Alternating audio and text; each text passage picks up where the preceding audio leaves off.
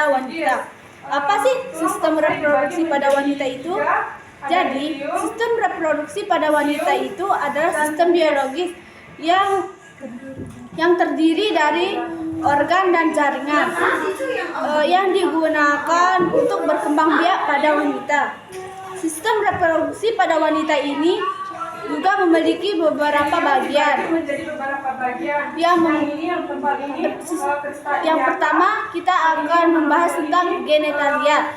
Apa sih genitalia itu? Genitalia itu terbagi menjadi dua bagian, yaitu genitalia eksternal dan genitalia internal. Yang pertama, kita akan membahas tentang genitalia eksternal. Apa sih genitalia eksternal itu? Genitalia eksternal itu adalah genitalia terluar atau yang nampak. Apa saja yang terdapat pada genitalia eksternal ini? Di dalam genitalia eksternal ini terdiri dari monopubis, ada klitoris, ada uretra, ada vagina, ada selaput darah atau hymen, dan ada juga labia mayor, labia minor, dan anus. Genitalia internal. Genitalia internal ini adalah genitalia dalam atau yang tidak nampak. Di dalam genitalia ini terdapat uterus atau rahim. Di dalam uterus atau rahim ini bisa tempat disimpannya sel telur atau janin hingga siap untuk dilahirkan. Terus di dalam ovarium ini ada tempat terbentuknya sel telur dan hormon seksual pada wanita. Setelah itu ada namanya tuba Fallopi. Tuba Fallopi ini adalah sebagai jalur sel telur yang dari ovarium menuju uterus. Ada namanya serviks. Serviks ini adalah tempat terbentuknya selaput nuklir. Panggul dibagi menjadi dua, ada panggul keras dan panggul lunak. Panggul dibagi menjadi empat. Panggul koksai, ada panggul koksai, os sacrum, os coccigi. Os koksai dibagi menjadi tiga. Ada ilium, isium, dan pubis. Os ilium dibagi menjadi beberapa bagian. Yang tebal ini dinamakan crista iliaca, dan di ujungnya ini dinamakan spina iliaca anterior superior. Terus di bawahnya ini dinamakan spina iliaca anterior inferior. Terus di belakangnya ini dinamakan spina iliaca posterior superior, spina iliaca posterior inferior. Nah,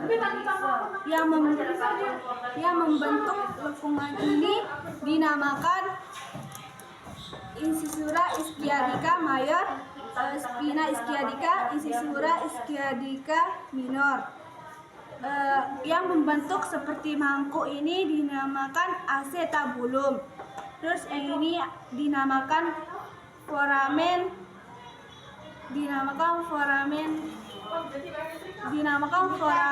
obturatorium. Yang membentuk segitiga ini dinamakan arcus pubis. Yang ini dinamakan symphysis pubis. Terus yang ini dinamakan promontorium, yang menghubungkan antara tulang ilium dan sakrum dinamakan artikulasi sakroiliaca. Terus lubang kecil yang terdapat di sini dinamakan promontorium sacralia anterior.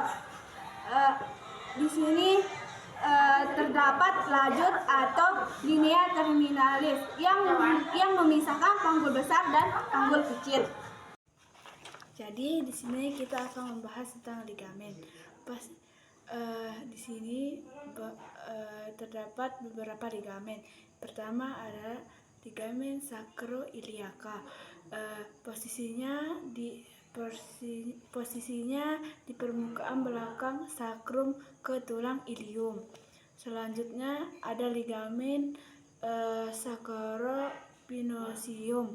Letaknya di tulang sakrum ke spina ischiadica. Selanjutnya ada yang dinamakan dengan ligamen saerotuberosum. Letaknya di tulang sakrum ke tulang ischiadica. Dan ada juga yang dinamakan dengan ligamen pubisium. Letaknya di depan tulang koksai kanan dan kiri. Selanjutnya kita akan membahas tentang otot. Otot bagian luar itu ada yang dinamakan dengan musculus annexsternum, lalu ada namanya musculus bluborcaneolus yang melingkari vagina, lalu ada namanya musculus perinea transversus superficialis. Ada otot yang melingkari vagina bagian tengah dan anus. Yang pertama ada musculus ischiococcygeus, lalu ada musculus perinea transversus profundus, yang terakhir ada musculus coccygeus. Selanjutnya kita akan membahas tentang bentuk-bentuk panggul. Seperti yang kita lihat, ada beberapa bentuk panggul. Yang pertama ada namanya ginekoid, android, anthropoid, dan platypeloid. Yang pertama kita akan membahas tentang ginekoid. Ginekoid ini adalah bentuk panggul yang hampir mirip seperti lingkaran. Bentuk panggul inilah yang paling banyak ditemukan. 41% wanita memiliki panggul seperti ini. Spina ischiadicanya ini menonjol dan arcus pubisnya membulat. Yang kedua, android. Bentuk panggul android ini hampir mirip dengan hati. Sakrumnya itu cenderung datar dan tidak melengkung. Dan spina ischiadicanya itu lebih menonjol. 33% pria memiliki panggul seperti ini. Dan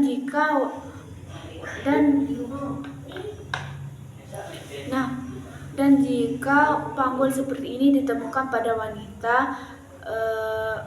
akan mempersulit jalannya persalinan. Yang ketiga ada namanya anthropoid. Panggul anthropoid ini hampir mirip dengan segitiga, lalu diameternya transversal terbesar itu berada di posterior di dekat sakrum, dan spina ischiadicanya itu tidak menonjol. Bentuk panggulnya ini banyak ditemukan pada laki-laki, dan jika ditemukan pada wanita,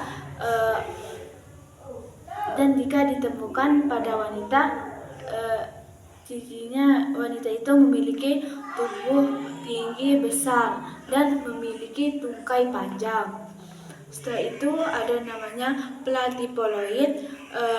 Platypeloid ini adalah panggul yang bentuknya hampir mirip dengan oval, lalu diameter personalnya itu lebih besar. Antara anterior posteriornya. Bentuk sakrumnya itu cenderung mendatar. Panggul seperti ini jarang ditemukan pada laki-laki dan maupun perempuan. Mungkin hanya itu yang bisa saya sampaikan. Selanjutnya kita akan membahas tentang panggul luar. Tujuan dari pemeriksaan panggul luar ini adalah untuk mengetahui keadaan panggul tersebut, apakah ada kelainan atau permasalahan yang akan menghambat ketika bersalin atau ketika persalinan. Yang pertama ada namanya distansia spinarum, pemeriksaan pada spina iliaca superior inferior. Jarak normalnya adalah 23 sampai 26 cm. Yang kedua ada namanya distansia cristarum, pemeriksaan bagian crista iliaca dextra dan sinistra. Jarak normalnya itu 26 sampai 29 cm. Yang ketiga ada namanya lingkar perut. Yang ketiga ada namanya conjugata externa, pemeriksaan dari ujung simfisis pubis dan ujung processus sifinosus, ruas tulang lumbul kelima. Jarak normalnya 18 sampai 20 cm. Yang keempat ada namanya lingkar panggul, pemeriksaan dari atas simfisis pubis hingga ke pertengahan antara spina iliaca anterior superior sepihak dan jarak normalnya itu adalah 80 sampai 90 cm. Mungkin hanya itu yang bisa saya jelaskan pada sistem reproduksi pada manusia. Kurang dan lebihnya mohon dimaafkan. Wabillahi taufiq wal hidayah. Wassalamualaikum warahmatullahi wabarakatuh.